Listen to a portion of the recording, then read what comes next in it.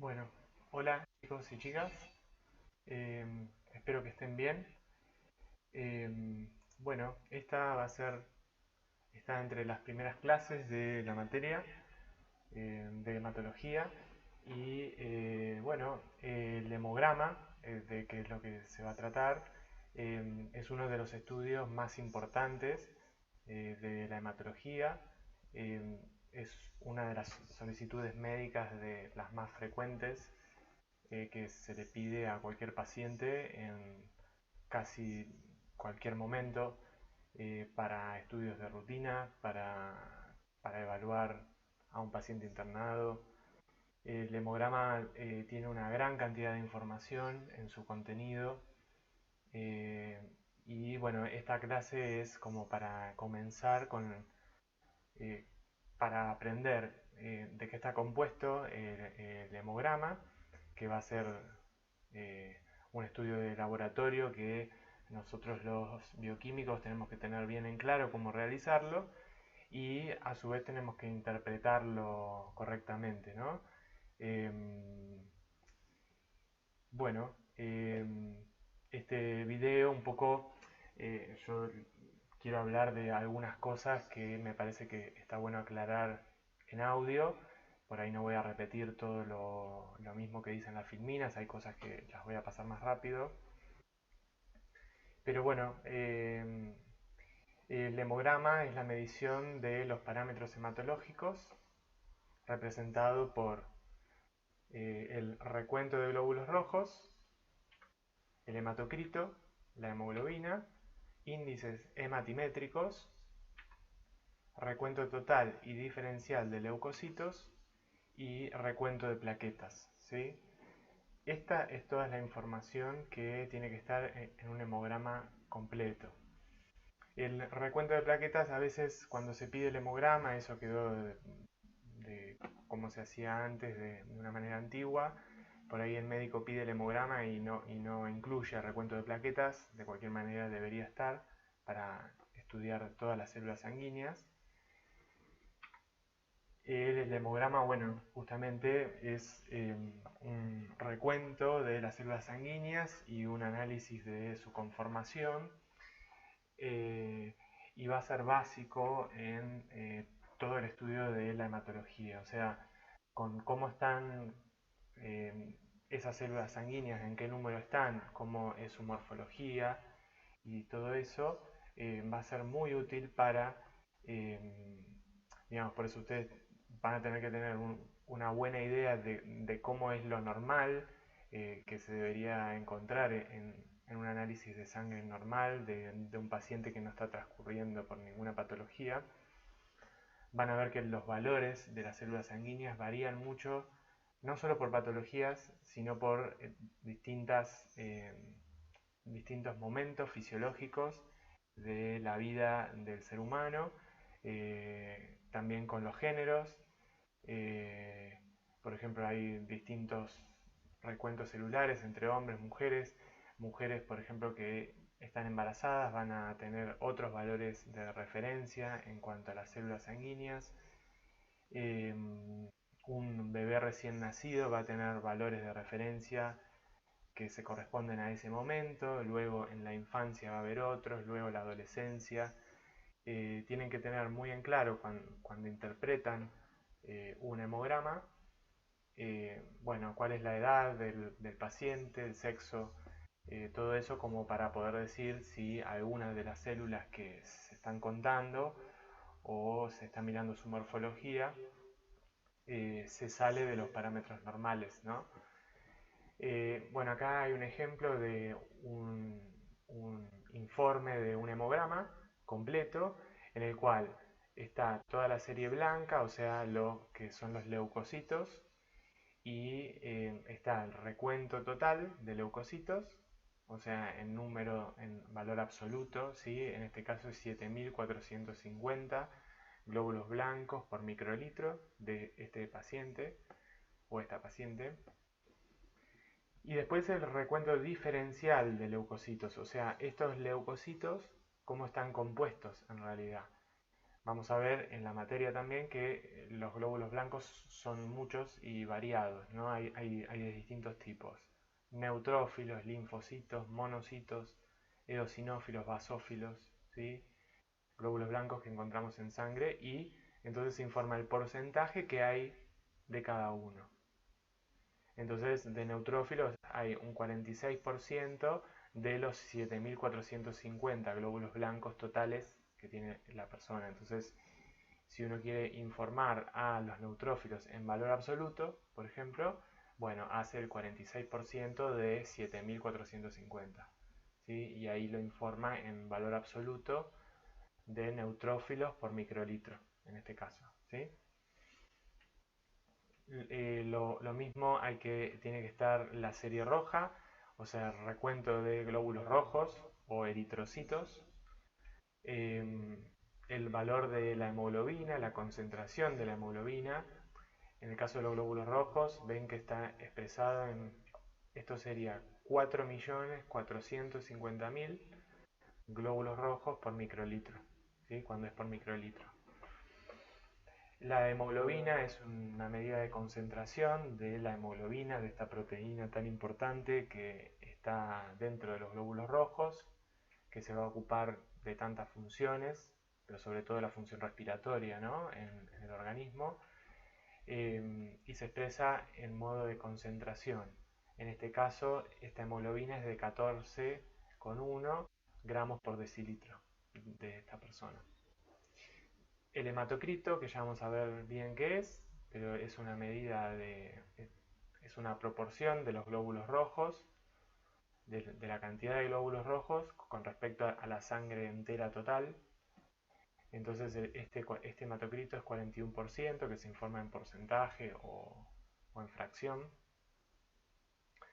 Y después los índices hematimétricos, que ya vamos a ver: volumen corpuscular medio, hemoglobina corpuscular media, la concentración de hemoglobina corpuscular media, y el RDW o AD, que es el ancho de distribución eritrocitaria, ¿sí?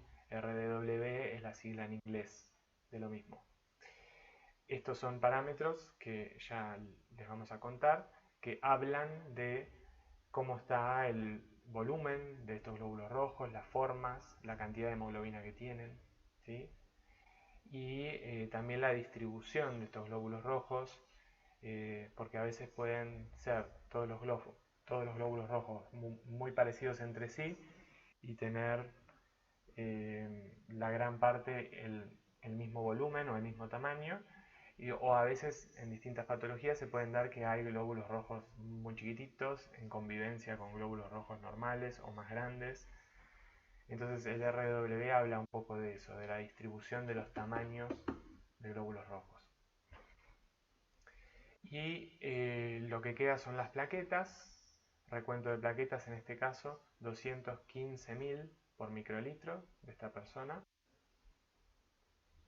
Entonces también es importante incluir a las plaquetas, estos que en realidad son fragmentos celulares, pero que tienen un montón de funciones que ya vamos a ver en nuestra fisiología sanguínea, ¿sí? Y la evaluación del frotis sanguíneo, que tiene que estar incorporada en el estudio del hemograma, ¿sí?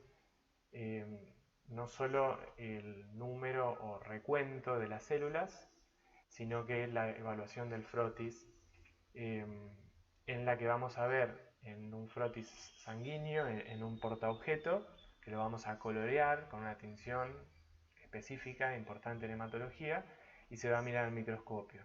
Entonces todas las especies celulares uno las va a poder ver en detalle al microscopio, cada glóbulo blanco, los rojos, plaquetas, y poder describir su morfología, ¿sí? Entonces, si hubiera cambios en una morfología normal, está bueno aclararlo en el hemograma, ¿sí? Eso es algo muy importante y que puede hacer un bioquímico. Por ejemplo, acá hay palabras que están describiendo a la serie roja: ligera anisocitosis, regular poiquilocitosis. Después vamos a ver qué significan esas palabras a lo largo de la materia, ¿sí? Y en este caso, bueno, está informada, no forma parte del hemograma, pero está la eritrosedimentación, que va a ser otro estudio que se puede hacer en hematología, que lo vamos a ver. Lo que les quiero recomendar es que para esta clase, a su vez después, miren la guía de trabajos prácticos, los primeros trabajos prácticos que se refieren al recuento celular de blancos, rojos y plaquetas, que miren cómo se hace un hematocrito en el laboratorio, que lo vayan mirando, ¿no? Y lo mismo los anticoagulantes que se usan para este estudio. Después para los trabajos prácticos vamos a subir, como dijimos, videos explicativos de cada técnica. Entonces, el recuento celular, es importante que sepan que hay recuentos automatizados o formas manuales que todavía siguen quedando, aunque los automatizados han desplazado a las técnicas manuales en la mayoría de los laboratorios, pero las técnicas manuales tienen que estar a disposición en los laboratorios para poder confirmar valores que se salen de la normalidad en los recuentos automatizados o que un contador hematológico no puede resolver, ¿sí? Entonces hay que recurrir a las técnicas manuales. Los contadores hematológicos tienen distintos fundamentos de medida. Uno de ellos es la impedancia o resistencia eléctrica, otro es la dispersión de luz o campo oscuro, o hay algunos contadores hematológicos que combinan las dos metodologías. El contador hematológico lo que va a hacer es un aparato en donde uno pasa la sangre entera extraída del paciente y el contador hematológico nos va a informar, va a hacer el recuento de todas las células sanguíneas e inclusive va a informar los índices hematimétricos, va a dar toda la información rápidamente, ¿sí? Esto es un esquema de cómo mide el contador hematológico con el fundamento de impedancia, que hacía grandes rasgos, después va a haber clases específicas de estas cosas. El contador hematológico en su interior va a generar un campo eléctrico entre dos electrodos y las células que van a estar en un fluido de vaina, ¿sí? Como un buffer, van a ser pasadas por un orificio, ¿sí?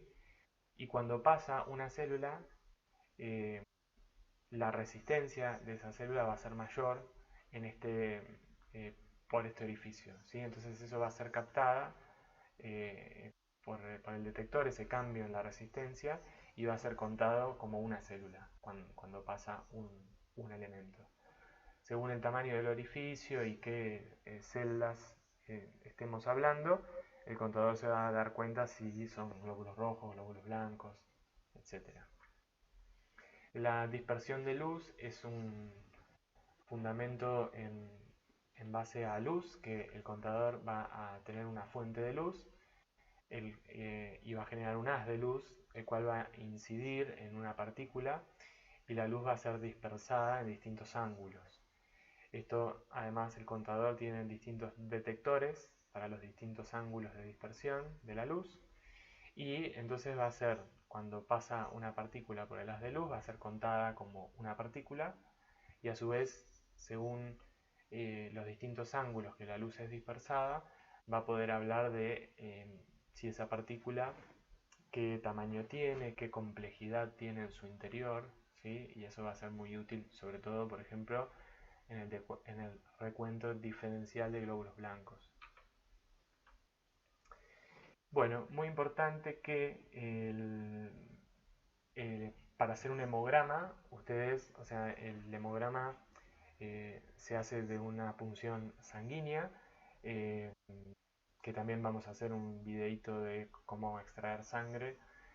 Pero lo más importante es que para hacer el hemograma, la sangre obtenida por punción venosa hay que ponerla en un tubo con anticoagulante, ¿sí? Importantísimo, porque la sangre, si uno la pone en un tubo que no tiene un anticoagulante, que no tiene nada, la sangre va a coagular, Esa es una de las propiedades fisiológicas que tiene la sangre, ¿no?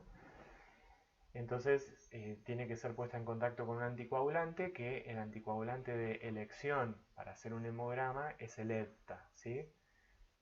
Entonces se pone en un tubo con EPTA, que ahí hablamos de qué tipos pueden ser, y luego se tiene que invertir varias veces el tubo para que la sangre se ponga en contacto con el anticoagulante y listo, la sangre va a estar entera, anticoagulada, y entonces nosotros después de ahí podemos trabajar para hacer los recuentos celulares del hemograma y todo lo que ello conlleva, ¿sí? La, bueno, como dice acá, la punción venosa es la más frecuente. Punciones de otro tipo que, esto también les quería comentar, eh, en el libro de Barbara Bain, que está en la bibliografía, puesto, también se los hemos subido. Es un libro de una autora inglesa y es muy, muy didáctico. Está en inglés, eso es lo único. Y bueno, y tiene varios ejemplos de todo esto que estamos hablando ahora. Y bueno, lindas imágenes como para mirar en detalle. Punciones capilares pueden darse en otras circunstancias cuando no es fácil una punción venosa, como puede ser en un bebé recién nacido. Y bueno, en algunas otras circunstancias, en un paciente por ahí demasiado comprometido con sus accesos venosos. El anticoagulante, como decíamos, es EPTA. El consejo eh, eh, que evalúa la calidad y que, o sea, a nivel mundial de todas las técnicas en hematología, eh, bueno, aconseja que el EPTA, conviene el EPTA dipotásico, aunque también se podría usar EPTA tripotásico o EPTA de sodio, aunque el EPTA dipotásico es el recomendado. Y en los tubos a veces está como liofilizado, o sea, si ustedes miran el tubo, no ven un tubo seco, porque el anticoagulante está pegado a las paredes, o hay algunos tubos que vienen con el EPTA en solución, o sea, ven la gotita del anticoagulante adentro, ¿sí? Importante, eh, cuando se pone la sangre adentro del tubo hay que mezclar bien para homogeneizar. Para hacer un hemograma hay que hacerlo dentro de las 8 horas de la recolección de la muestra, es importante porque las células luego empiezan a sufrir deformaciones.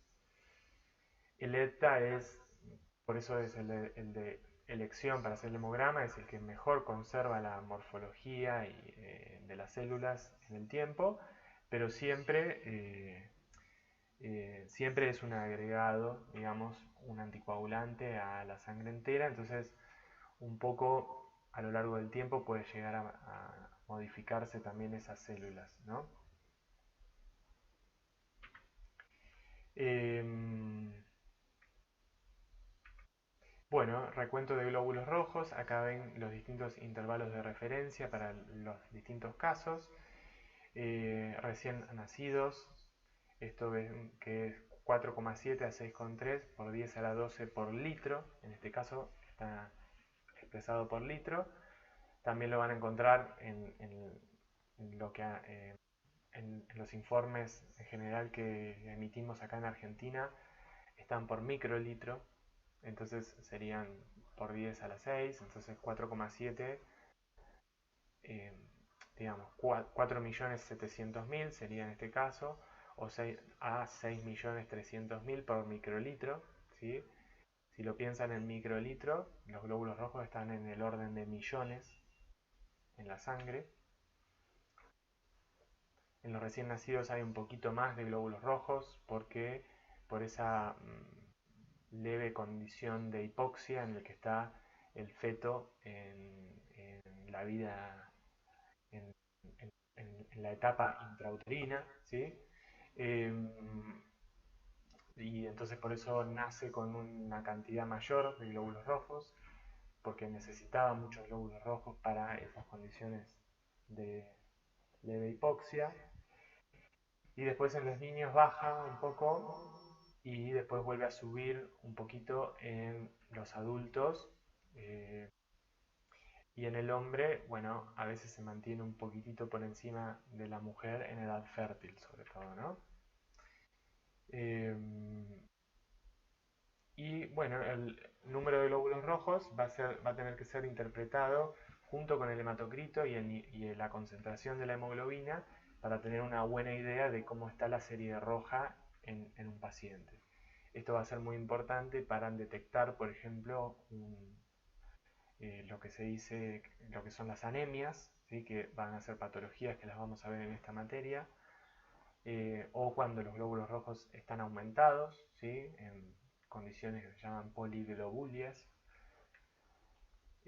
Por eso es muy importante conocer cómo es lo normal y cómo son los rangos de referencia normales para luego poder interpretar cuando se sale de la normalidad en condiciones de qué patología o síndrome estamos hablando, ¿sí?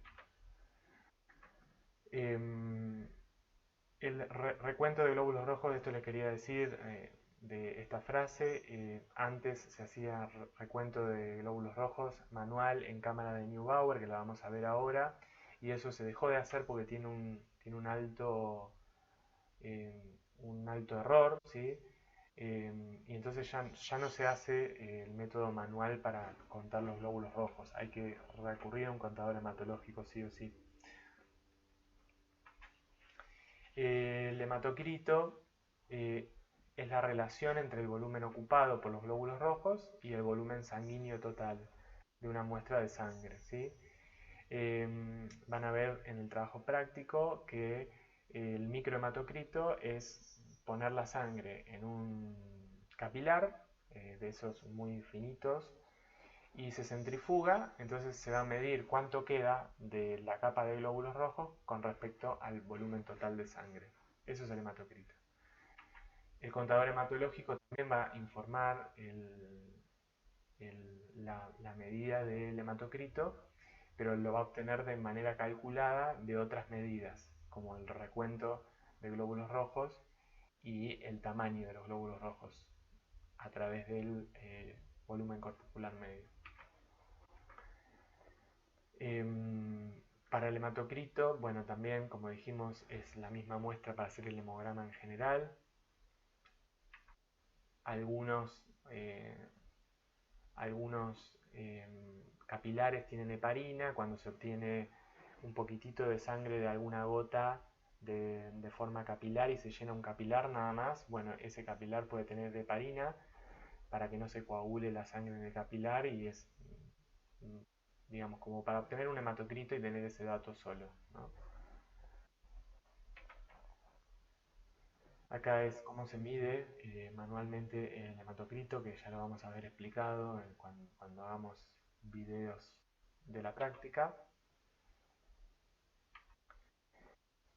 Acá hay variaciones, ¿sí? Que pueden llegar a tener la medida del hematocrito por distintas causas.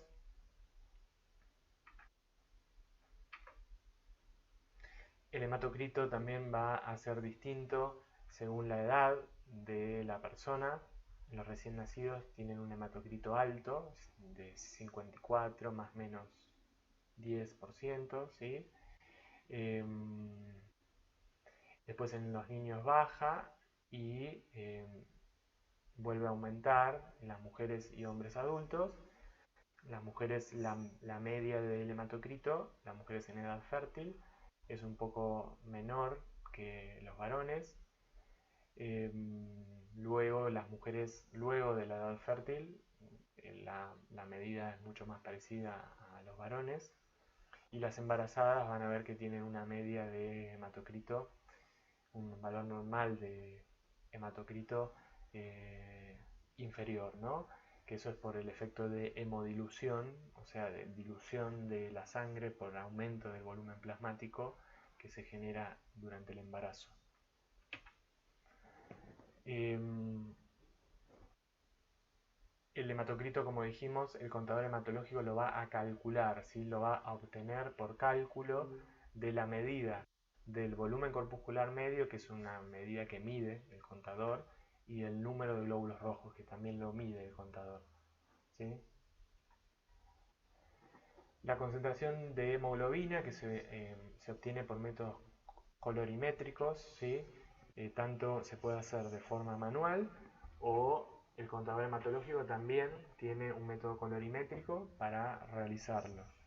El método de referencia era el de la cianmetahemoglobina, y la hemoglobina que tiene en, su molécula tiene átomos de hierro, va a generar ese átomo de hierro se va a oxidar y va a generar luego un complejo que va a tener color y que va a absorber a cierta longitud de onda. Ese es el fundamento de la medida colorimétrica para la hemoglobina. Eh,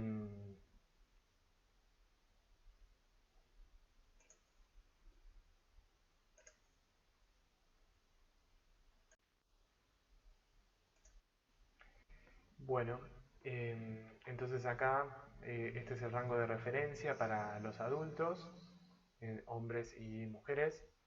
Eh, y el método de la cianmetahemoglobina, ¿sí? Que como ven tiene este gráfico de absorbancia versus longitud de onda, tiene un pico a 540 nanómetros, entonces ahí es donde eh, se va a detectar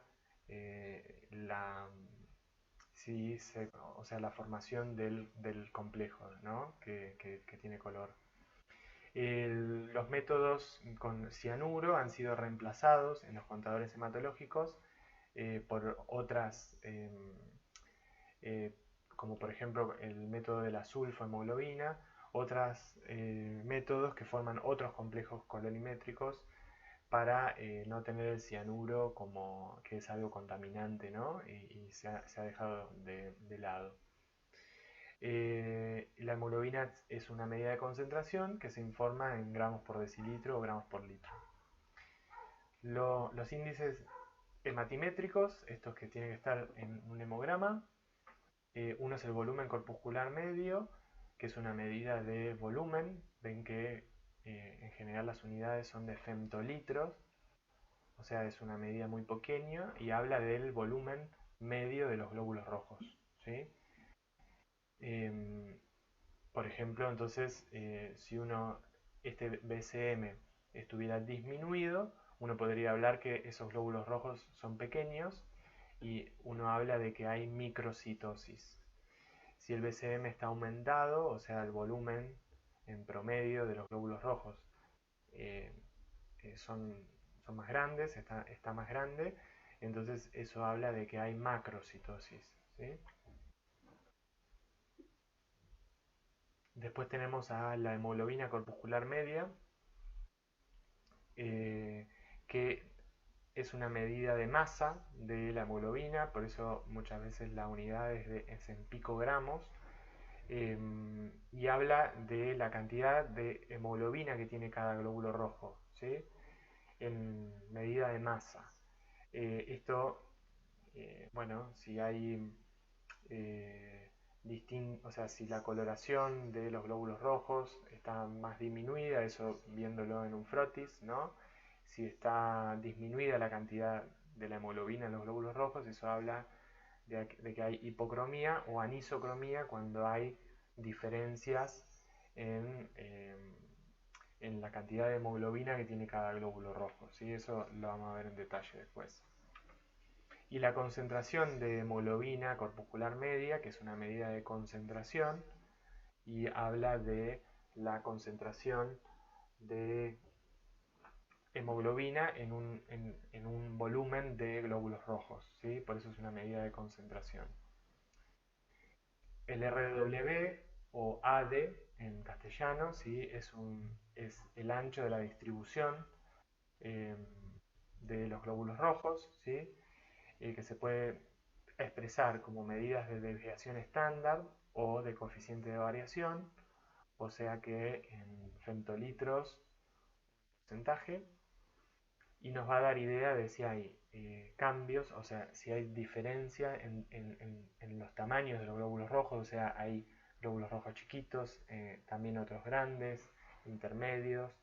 Eso nos va a dar idea de que el RW está aumentado, O sea, hay una amplitud en la variación de los tamaños de los glóbulos rojos, y entonces eso, para describirlo con una palabra, le podemos decir anisocitosis, ¿sí? Cuando pasa eso. Estas son las fórmulas de cómo se obtienen el BCM, el HCM y el CHCM. El BCM es el hematocrito sobre el recuento de glóbulos rojos. El HCM es la hemoglobina sobre el recuento de glóbulos rojos. Y el CHCM es la hemoglobina sobre el hematocrito, ¿sí? Esto ustedes, si tuvieran valores de estos que estén expresados en estas unidades, en este caso el hematocrito en fracción, ¿sí? Pueden calcular los distintos índices hematimétricos. El contador hematológico justamente obtiene la medida del hematocrito midiendo esto y midiendo esto. Entonces la multiplicación de estas dos cosas da el hematocrito. Acá es una explicación de el ancho de distribución eritrocitaria, ¿sí? Y que, bueno, digamos, si uno viera un gráfico de lo que son la medida de los volúmenes o los tamaños de los glóbulos rojos en femtolitros, por ejemplo acá está el 100, en general 90 femtolitros de BCM es una medida normal, ¿sí? Es una media normal, y entonces acá o sea, con esta curva se puede ver cómo es la distribución a lo largo de una media de BCM que tiene este paciente, ¿no? Por ejemplo, el BCM de este paciente está más o menos en 90, y la distribución, digamos, lo podemos medir, por ejemplo, como una medida de coeficiente de variación a lo largo de esa media, ¿sí? Entonces, para calcularlo sería la desviación estándar sobre la media, ¿sí? Es una medida de una dispersión, un coeficiente de variación, ¿sí? Cuanto más ancho es este pico, quiere decir que hay una mayor amplitud en la distribución a lo largo de la media, entonces hay muchas diferencias de tamaños en los glóbulos rojos, no es una población homogénea. En cambio, si el pico es muy, muy angosto, muy, muy afinado, quiere decir que la población es bien homogénea, ¿sí? No hay tanto, el RW va a ser bajo. Acá hay medidas, valores de referencia para estas medidas, ¿sí?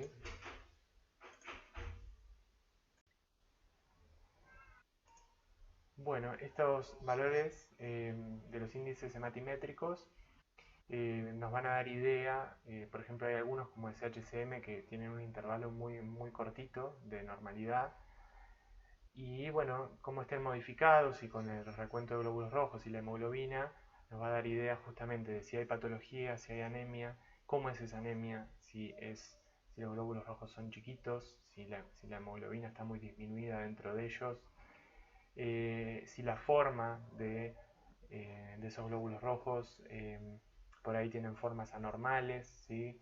Como en ciertas anemias que vamos a ver. Todo eso nos pueden dar una idea, estos valores que son muy importantes. También otras condiciones que se pueden dar, como la presencia de crioaglutininas, que vamos a ver, también uno lo puede llegar a detectar por valores que no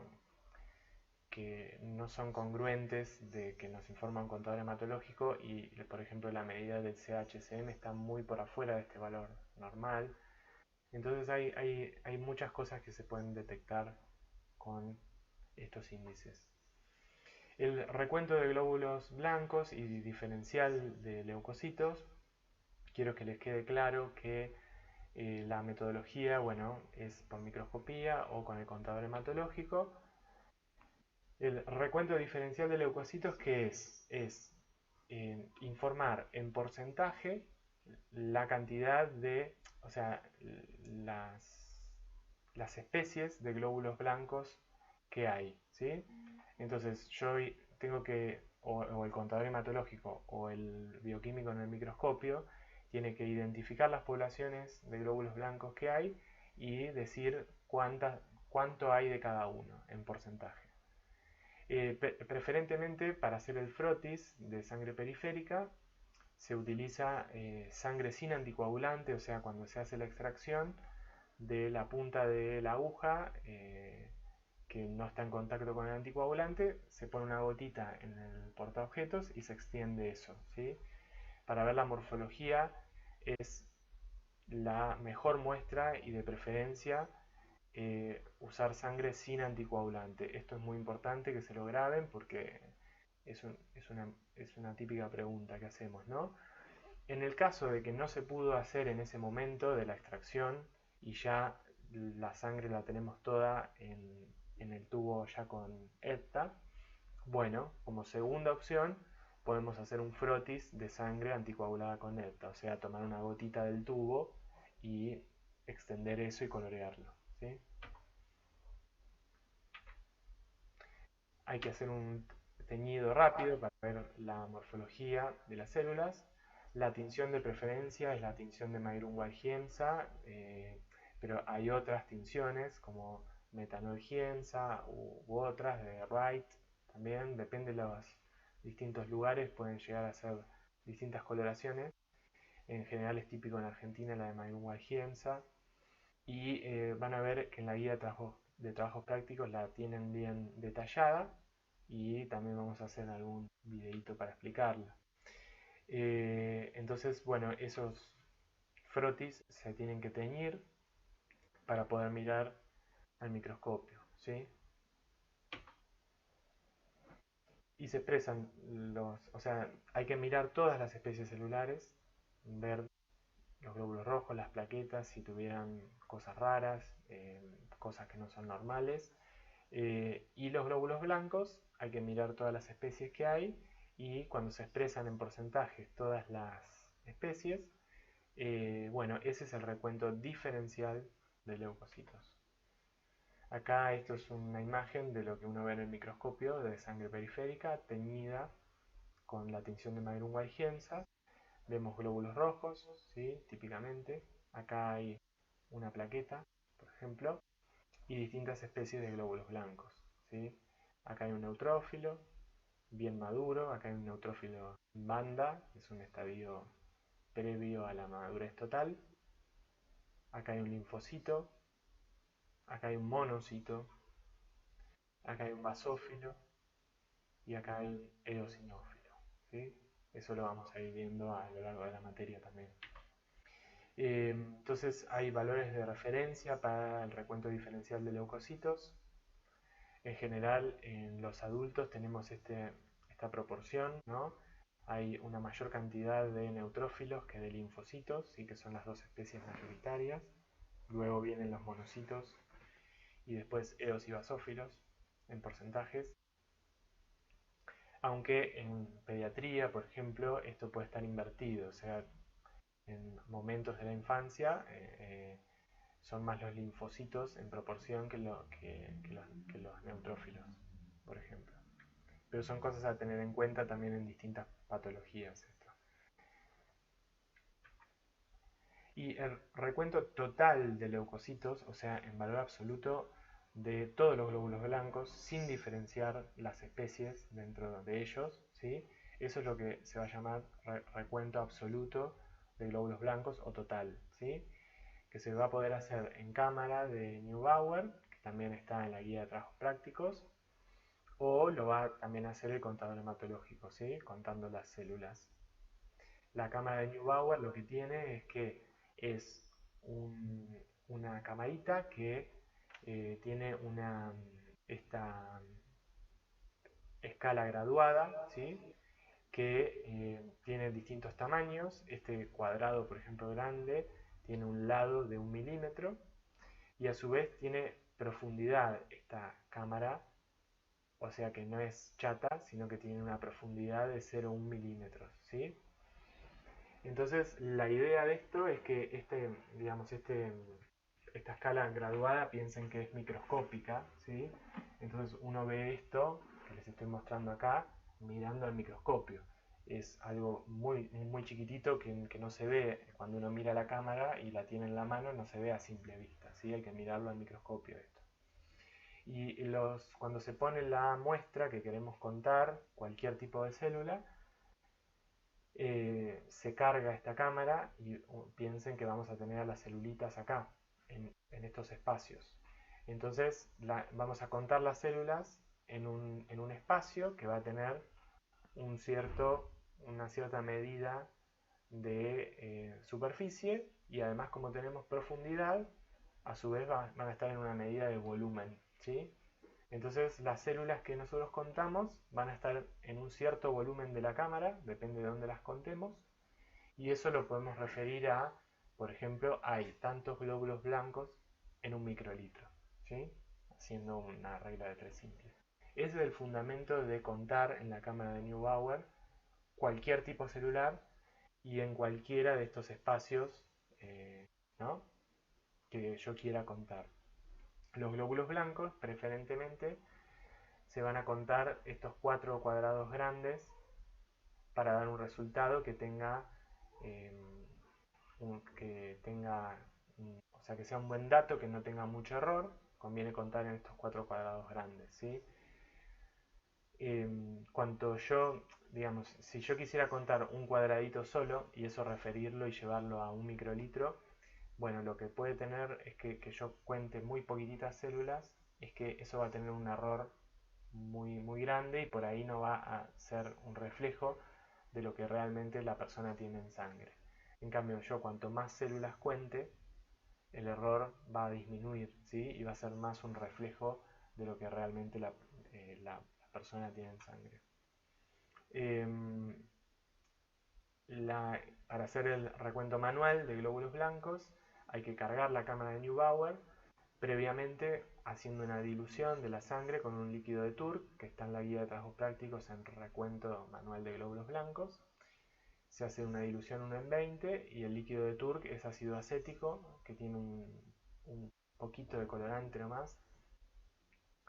Y lo que va a servir es que se lisen los glóbulos rojos, que van a molestar, porque piensen que los glóbulos rojos están en el orden de millones en la sangre y los glóbulos blancos están en orden de miles, ¿sí? Entonces, si los glóbulos rojos estuvieran y yo cargo la cámara sin lisar, los glóbulos rojos tapan todo, ¿sí? Entonces, si yo quiero prestar atención a los glóbulos blancos, en este caso, tengo que deshacerme de alguna manera de los glóbulos rojos. Y la manera que se busca es generando la lisis, o sea, la ruptura de los glóbulos rojos y que no estén más, ¿sí? En general los glóbulos rojos son lábiles a soluciones hipotónicas, por ejemplo, y se pueden romper fácilmente. Entonces se carga la cámara con esta dilución de la sangre con el líquido de Turk y se observa, ¿sí? Se cuenta en esos cuadraditos que les comenté y se realiza el cálculo para obtener una cantidad de glóbulos blancos totales sin diferenciar de qué tipo son por microlitro. Para el recuento de las plaquetas, digamos, también vamos a tener los métodos manuales o automatizados. En el caso del recuento manual, también vamos a poder usar la cámara de Neubauer. El recuento de plaquetas va a reflejar la producción de plaquetas de la médula ósea y lo que hay en circulación, ¿sí? Lo que tienen las plaquetas es que, como son pequeños fragmentos celulares que van a intervenir y van a generar cuando hay una lesión de un vaso sanguíneo, van a ser las primeras que van a generar un tapón de esa lesión, un tapón plaquetario. Forman parte de lo que se llama la hemostasia primaria en este caso, o sea, que la sangre se mantenga en condiciones fisiológicas, ¿sí? Cuando hay una lesión, entonces las plaquetas van a ser células que se van a pegar fácilmente a esa lesión y entonces el número puede estar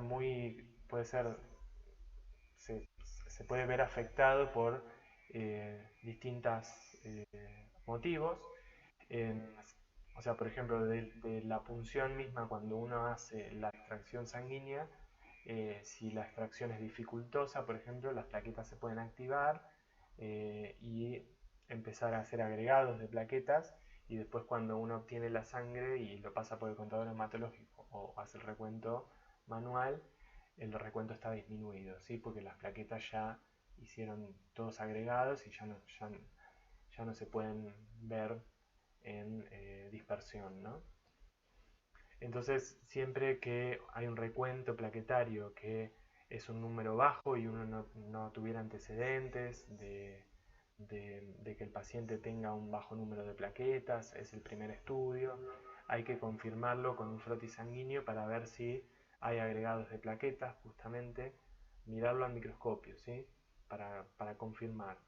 Y también puede llegar a ser necesaria eh, si, por ejemplo, el tubo con anticoagulante ETA es el que pasamos por el contador hematológico para obtener el dato de plaquetas, eh, nos arroja un valor disminuido de plaquetas, bueno, a veces una opción también es usar otro anticoagulante, un tubo con citrato, por ejemplo, y pasarlo y ver si eso se mantiene, ¿sí? Porque a veces hay algunos fenómenos que, eh, como la agregación plaquetaria por ETA, que puede llegar a ser disminuir las plaquetas de una manera eh, eh, in vitro, ¿no? En el tubo pasa eso.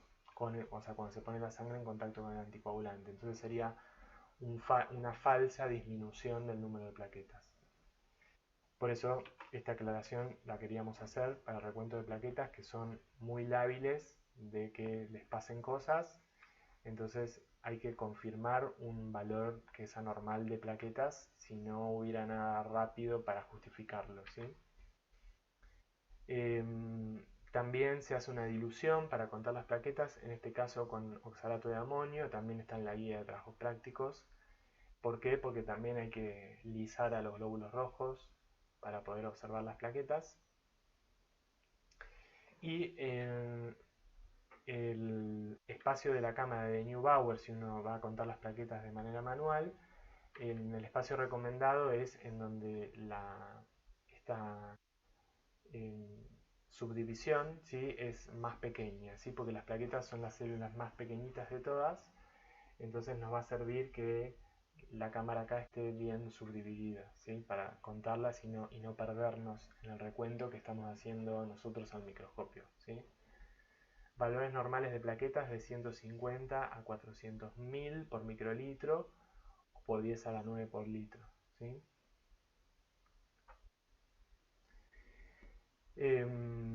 Entonces, bueno, ojo con los recuentos falsamente disminuidos, que pueden ser por la muestra parcialmente coagulada, por activación de las plaquetas durante la punción y agregación plaquetaria.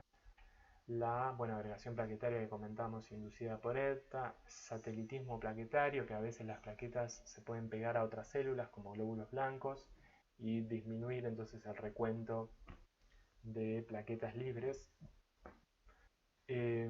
Y recuentos falsamente aumentados también podemos encontrar, por ejemplo, en casos que los glóbulos rojos sean demasiado pequeños en ciertas patologías, ¿sí? En algunas anemias, y que el contador hematológico confunda ese tamaño celular con plaquetas, ¿sí? O sea, son tan chiquitos que el contador hematológico confunde esos glóbulos rojos pequeños con plaquetas. Entonces nos da un valor muy aumentado de plaquetas. Por eso siempre ante datos que no cierran del valor de plaquetas hay que confirmarlo por un frotis sanguíneo, con otros anticoagulantes, de alguna manera, ¿sí? Bueno, la bibliografía, como les comenté, este libro que tienen en la bibliografía en el Moodle es muy interesante y es muy básico. Y después, bueno, también está este de Vives Corrons, técnicas de laboratorio en hematología, que es un libro bien de técnicas de laboratorio, ¿sí? Bueno, esta clase, bueno, la van a tener que juntar y verla también, o volver a verla cuando vean los videitos prácticos de estas técnicas, cuando revisen la guía de trabajos prácticos y también a lo largo de los seminarios teóricos que vamos a hablar de cada tipo celular en particular, ¿no? Bueno, nos vemos en la próxima clase.